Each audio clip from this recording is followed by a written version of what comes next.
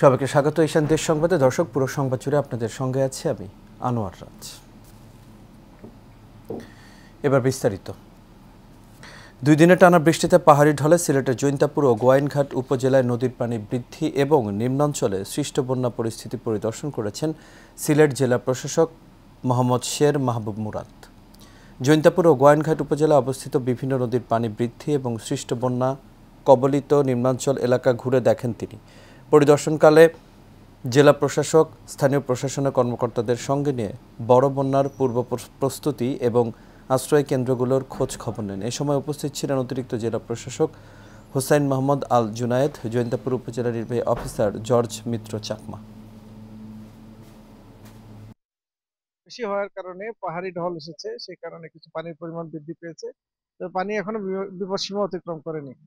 আর আমাদের যে সার্বিক প্রস্তুতি কার্যক্রম সেটা পর্যাপ্ত পরিমাণে নেওয়া হয়েছে। আমরা বন্যার সংশ্লিষ্ট বিষয়ে যারা সংশ্লিষ্ট আছে তারাও রেডি আছে এবং একই সাথে আমাদের যে প্রস্তুতি বাকি যেগুলো নেওয়া দরকার সেগুলো নেওয়া আছে। ঢাকার ধামরাই পৌরসভায় ড্রেনেজ ব্যবস্থা না থাকায় চরম ভোগান্তিতে পড়েছেন এলাকাবাসী। বৃষ্টি হলে রাস্তাঘাট ডুবে ঘরবাড়িতে প্রবেশ করছে নর্দমার পানি। রাস্তা ও এর আশেপাশে সৃষ্টি হয় জলাবদ্ধতা। নর্দমার পচা পানি পায়ে লেগে চর্মরোগে আক্রান্ত হচ্ছেন স্থানীয়রা। বিশেষ করে পৌরসভার 8 ও 9 নম্বর ওয়ার্ডের মানুষ বেশি দুর্ভোগে আছেন। পানি নিষ্কাশনের কোনো ব্যবস্থা না থাকায় বৃষ্টির পানি ঘরের ভেতর চলে যায়। উপজেলা নির্বাহী কর্মকর্তা মামুনুর অনিক জানান, জলাবদ্ধতা নিরসনে ড্রেনেজ সহ রাস্তাঘাটের উন্নয়নের কাজ চলছে।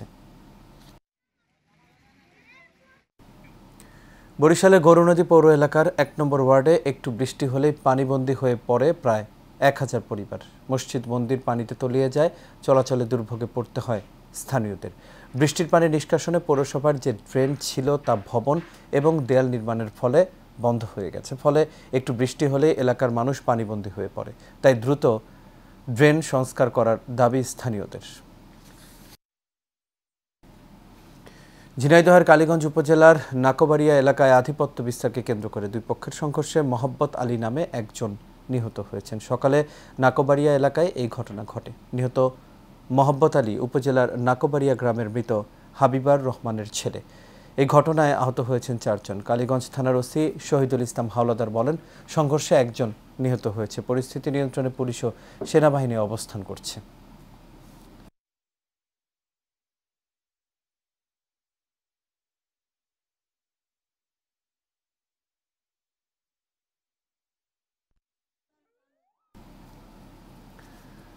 টাঙ্গাইলের মির্জাপুর উপজেলায় প্রবাসীর মাইক্রোবাসে ডাকাতির ঘটনা ঘটেছে। ডাকাতদের ধাওয়া করলে তাদের ছোড়া গুলিতে আহত হয়েছেন পুলিশের রেকার চালক। রাত 2:30টার দিকে মহাসড়কের মির্জাপুর উপজেলার চরপাড়া বাইপাস এলাকায় এই ঘটনা ঘটে। মির্জাপুর থানার ওসি মোহাম্মদ রাশিদুল ইসলাম জানান, ডাকাত দলের সদস্যরা মাইক্রোবাসের নারী যাত্রীদের অস্ত্রের মুখে জিম্মি করে নগদ টাকা, মোবাইল ফোন ও মালামাল নিয়ে পালিয়ে যায়। পরে পুলিশ তাদের ধাওয়া করলে গোড়াই হাইওয়ে থানার রেকারের চালক তুহিনকে গুলি করা হয়। পরে ডাকাত দলের ব্যবহৃত হাইয়েজ ও ডাকাতির কাজে ব্যবহৃত বিভিন্ন অস্ত্র উদ্ধার করা হয়। সুনামগঞ্জে টাস্কফোর্সের অভিযানে 2,03,00,000 টাকা মূল্যের বিপুল পরিমাণ ভারতীয় চোরাই পণ্য জব্দ করা হয়েছে। ভোররাতে সদর উপজেলার হালুয়ারঘাট এলাকার সুরমা নদীতে অভিযান চালিয়ে একটি ইঞ্জিন চালিত কাঠের নৌকা সহ ভারতীয় শাড়ি, জিরা ও ক্রিম জব্দ করা হয়। দুপুরে প্রেস ব্রিফিং করে গণমাধ্যমকে বিষয়টি নিশ্চিত করা হয়। 28 বিজিবির অধিনায়ক lieutenant colonel AKM Zakaria Kadir এই বিষয়গুলো জানিয়েছেন।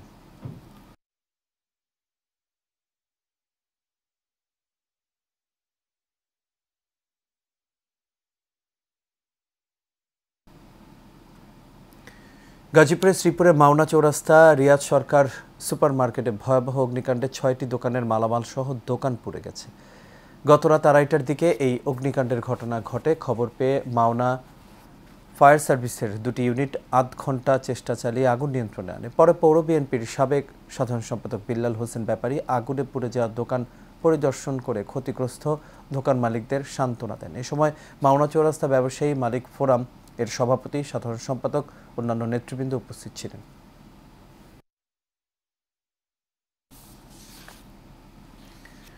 ভোলা যৌথ অভিযানে উদ্ধারকৃত প্রায় 5 কোটি টাকা মূল্যের মাদকদ্রব্য ধ্বংস করেছে কোস্টগার্ড। সকালে কোস্টগার্ড মিডিয়া কর্মকর্তা লেফটেন্যান্ট কমান্ডার হারুনুর রশিদ এই তথ্য জানান। তিনি বলেন, গোপন সংবাদের ভিত্তিতে গত বুধবার ভোররাতে কোস্টগার্ড দক্ষিণ জোন এবং র্যাবের সমন্বয়ে কুয়াকাটা সমুদ্র সৈকত এলাকায় মাদকের বিরুদ্ধে একটি যৌথ অভিযান পরিচালনা করা হয়। অভিযানে 1 লাখ পিস ইয়াবা সহ 16 জন ইয়াবা পাচারকারীকে আটক করা হয়।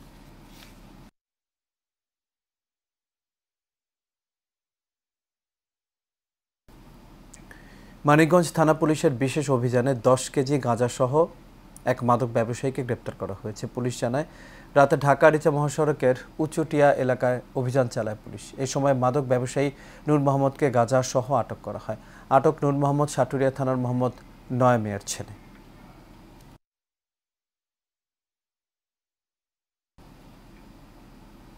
পূর্বশত্রুতার জেরে গুম খুনের হুমকি সহ সন্ত্রাসী কর্মকাণ্ডের অভিযোগ উঠেছে নেত্রকোনার চরপাড়া গ্রামের আওলাদ মিয়ার বিরুদ্ধে। এই ঘটনায় আওলাদ মিয়া সহ 6 জনের নাম উল্লেখ করে নেত্রকোনা মডেল থানায় লিখিত অভিযোগ করেছেন ভুক্তভোগী মোহাম্মদ শাহিন আলম।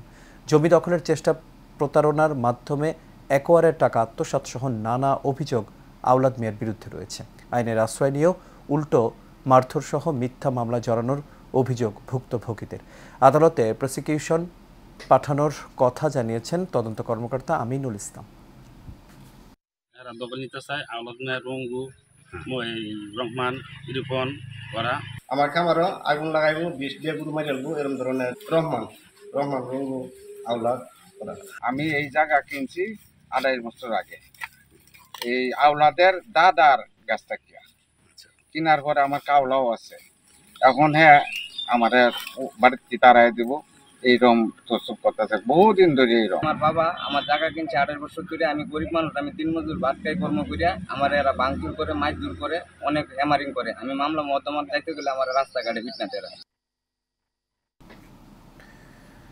বিএনপি চেয়ারপারসনের উপদেষ্টা আফরোজা খানম রিতা বলেছেন, এখনও বিএনপির বিরুদ্ধে ষড়যন্ত্র চলছে, তাই নেতাকর্মীদের সজাগ ঐক্যবদ্ধ থাকতে হবে। মানিকগঞ্জ জেলা পরিষদ মিলনায়তনে শহীদ প্রেসিডেন্ট জিয়াউর রহমানের 44তম শাহাদাত বার্ষিকী উপলক্ষে আয়োজিত আলোচনা সভায় প্রধান অতিথির বক্তব্যে তিনি এই কথা বলেন। জেলা বিএনপি ও সহযোগী সংগঠনের যৌথ আয়োজনে সভায় সভাপতিত্ব করেন আফরোজা খানম রিতা। সঞ্চালনা করেন জেলা বিএনপির আহ্বায়ক কমিটির সদস্য গোলাম আবেদিন কায়সার।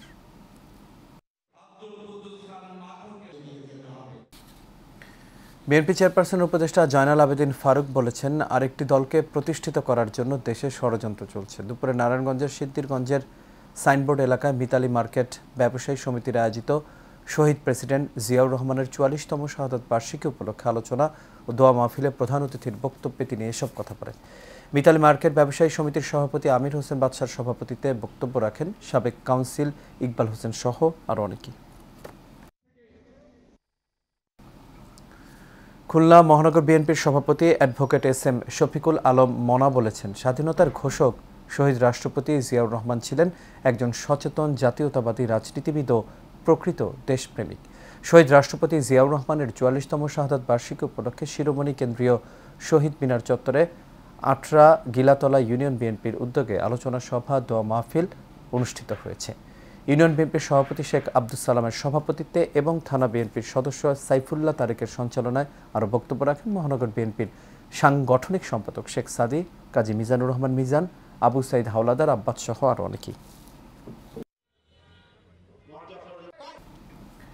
শহীদ রাষ্ট্রপতি জিয়াউর রহমানের 44তম শাহাদাত বার্ষিকী উপলক্ষে টাঙ্গাইলের ঘাটাইলে আলোচনা সভা, দোয়া মাহফিল ও খাবার বিতরণ করা হয়েছে।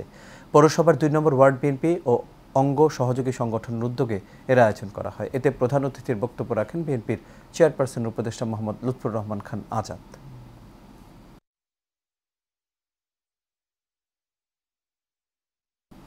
শহীদ রাষ্ট্রপতি জিয়াউর রহমানের 44তম শাহাদাত বার্ষিকী উপলক্ষে খুলনার দৌলতপুর কার্তিকুল আলহাজ নওশের আলী ইফতেদায়ী মাদ্রাসায় বিশেষ দোয়া মোনাজাতের আয়োজন করা হয়েছে।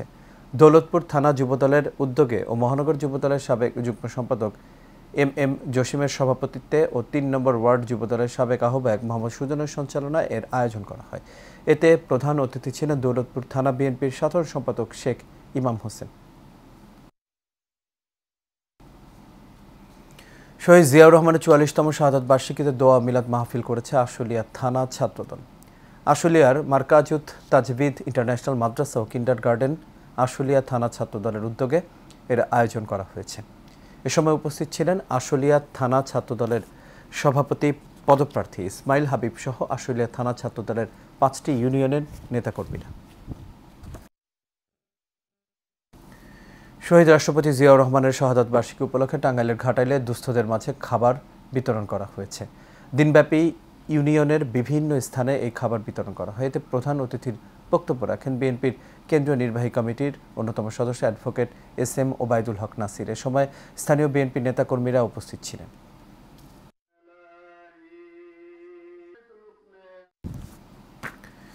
বাংলাদেশ ইসলামী যুব কাফেলা ও ছাত্র কাফেলার কর্মী সম্মেলন অনুষ্ঠিত হয়েছে। জেলা শিল্পকলা একাডেমিতে সংগঠনটির কেন্দ্রীয় কার্যালয় সোনাকান্দা দারুল হুদা দরবার শরীফের উদ্যোগে এই কর্মী সম্মেলন অনুষ্ঠিত হয়। এতে প্রধান অতিথির বক্তব্য রাখেন বাংলাদেশ তালিমে হিজবুল্লাহর আমির অধ্যক্ষ মাওলানা মোহাম্মদ মাহমুদুর রহমান। স্বাগত বক্তব্য রাখেন বাংলাদেশে তালিমে হিজবুল্লাহ কুমিল্লা শাখার সাধারণ সম্পাদক মাওলানা জি.এম. আবু বকর। বিশ্বকবি রবীন্দ্রনাথ ঠাকুরের 164তম জন্মবার্ষিকী উপলক্ষে ঐকতান পরিবারে দিনব্যাপী উৎসব অনুষ্ঠিত হয়েছে। চট্টগ্রামের হালিশহর আনন্দবাজার উদয়ন সংঘের প্রাঙ্গণে এই অনুষ্ঠানের সূচনা করা হয়। অনুষ্ঠানে বিশিষ্ট শিল্পী সুরকার সুব্রত দাস, রবীন্দ্রসঙ্গীত শিল্পী কেশব জিপসি, আবৃত্তিকার দেবাশিস রুদ্র, ওমর ফারুক সহ ঐকতান পরিবারের শিল্পীদের হাতে পুরস্কার তুলে দেওয়া হয়। চট্টগ্রাম শিল্পকলা একাডেমিতে সুরাঙ্গন বিদ্যাপীঠের 2 যুগ বর্ষপূর্তি উপলক্ষে শাস্ত্রীয় সঙ্গীত ও উপশাস্ত্রীয় সঙ্গীত নৃত্য অনুষ্ঠিত হয়েছে। সুরাঙ্গন বিদ্যাপীঠের অধ্যক্ষ হিল্লল দাস সুমনের সভাপতিত্বে উদ্বোধক ছিলেন চারুকলা সমাজের প্রাক্তন অধ্যক্ষ প্রফেসর রীতা দত্ত। এ সময় বিশেষ অতিথি চট্টগ্রাম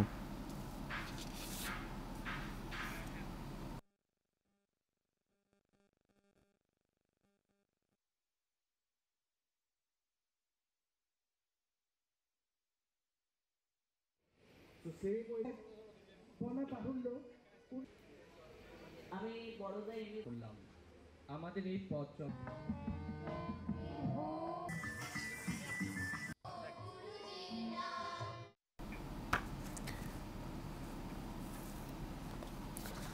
দর্শক, এই ছিল আমাদের এখনকার আয়োজন। আমাদের পরবর্তী সংবাদ দেখার আমন্ত্রণ রইল। এতক্ষণ সাথে থাকার জন্য সবাইকে ধন্যবাদ।